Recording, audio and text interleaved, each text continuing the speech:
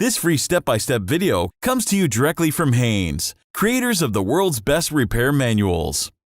Fix your car or truck the right way with our accurate and reliable information at your side. You can complete more than 200 jobs on this vehicle when you purchase the complete online manual at Haynes.com. Cooling system servicing.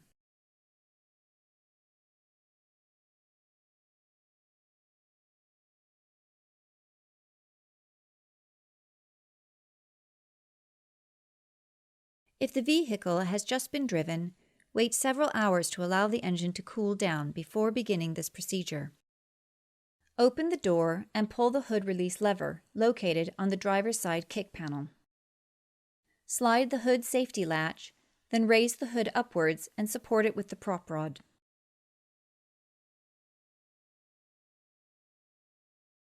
Apply the parking brake.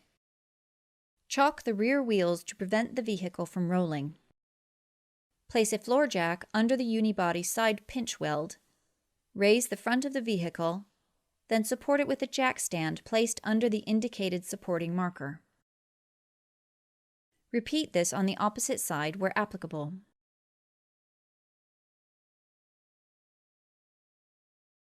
Remove the various bolts that retain the front engine undershield.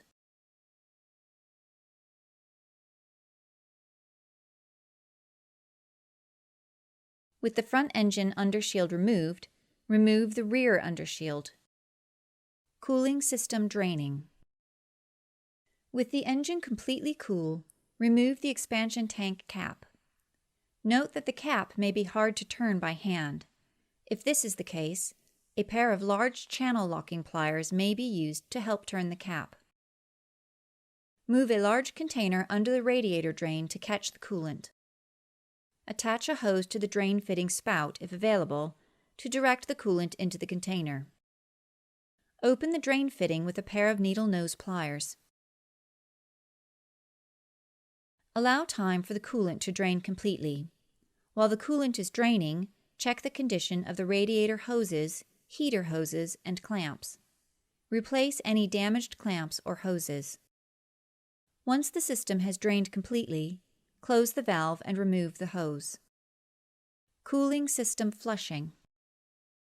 If flushing the system is necessary, fill the cooling system with clean water, then reinstall the expansion tank cap. Start the engine and allow it to reach normal operating temperature. Then rev up the engine a few times. Turn the engine off and allow it to cool completely. Then drain the system as described earlier. Repeat these steps of filling the cooling system with clean water, then running the engine, followed by draining the system until the water being drained appears clear and free of contaminants. Cooling system refilling. Close and tighten the radiator drain fitting. Install the rear, then the front engine undershield, and tighten the fastener securely by hand to prevent the threaded plastic from cross-threading.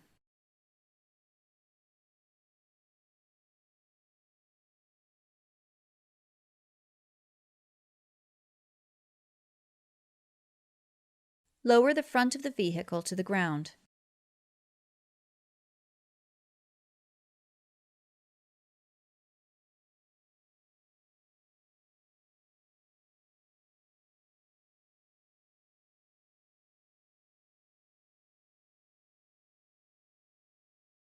Using the proper type of funnel, slowly add the correct type of new coolant to the coolant expansion tank until the level is up at the max mark. Install the expansion tank cap. Start and run the engine in a well-ventilated area for about a minute, then increase the engine to 3,500 RPM for 30 seconds. Turn the engine off and let it cool for 1 minute.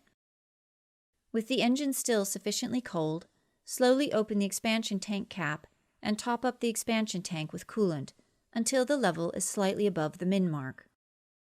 Install the expansion tank cap. Start and run the engine again until it reaches normal operating temperature.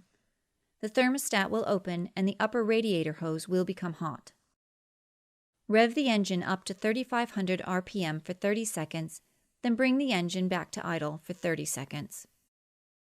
Turn the engine off and wait another minute.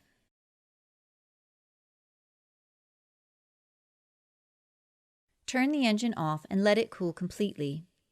Remove the cap and add more coolant mixture to bring the level slightly above the min mark with the engine cool.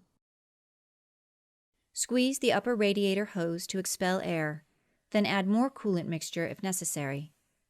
Install the expansion tank cap. Start the engine, allow it to reach normal operating temperature, and check for leaks. Also, set the heater and blower controls to the maximum setting and check to see that the heater output from the air ducts is warm. This is a good indication that all air has been purged from the cooling system.